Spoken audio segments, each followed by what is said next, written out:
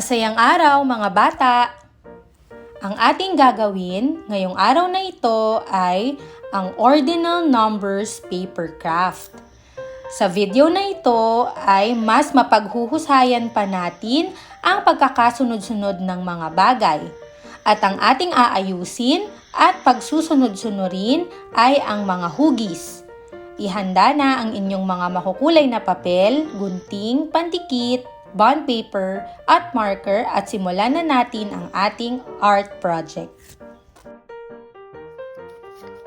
Ito ang mga hugis na maaari nating ihanda upang mapagsunod-sunod mamaya sa ating pasting activity.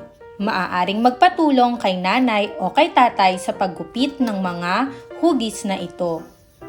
Meron tayong iba't ibang hugis na gagamitin para sa ating art project. Circle, square, triangle, rectangle, at oblong. Heart, pentagon, diamond, moon, at star. Ang susunod naman nating gagawin ay ang ating accordion book gamit ang ating bond paper. So, gagawa tayo ng maliit na booklet para sa ating mga hugis. Maaaring gumamit ng glue or scotch tape para mapagdugtong ang mga papel.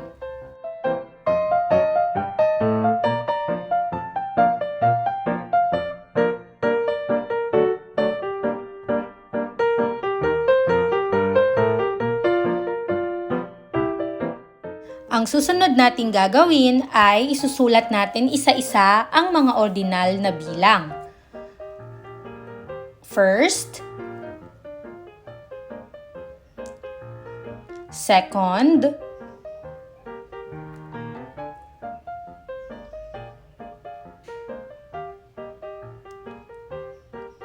third,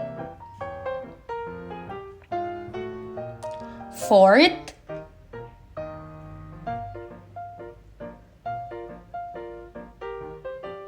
fifth, sixth,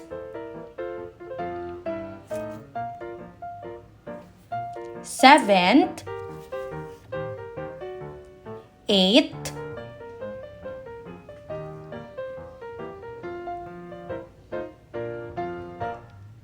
ninth, 10th.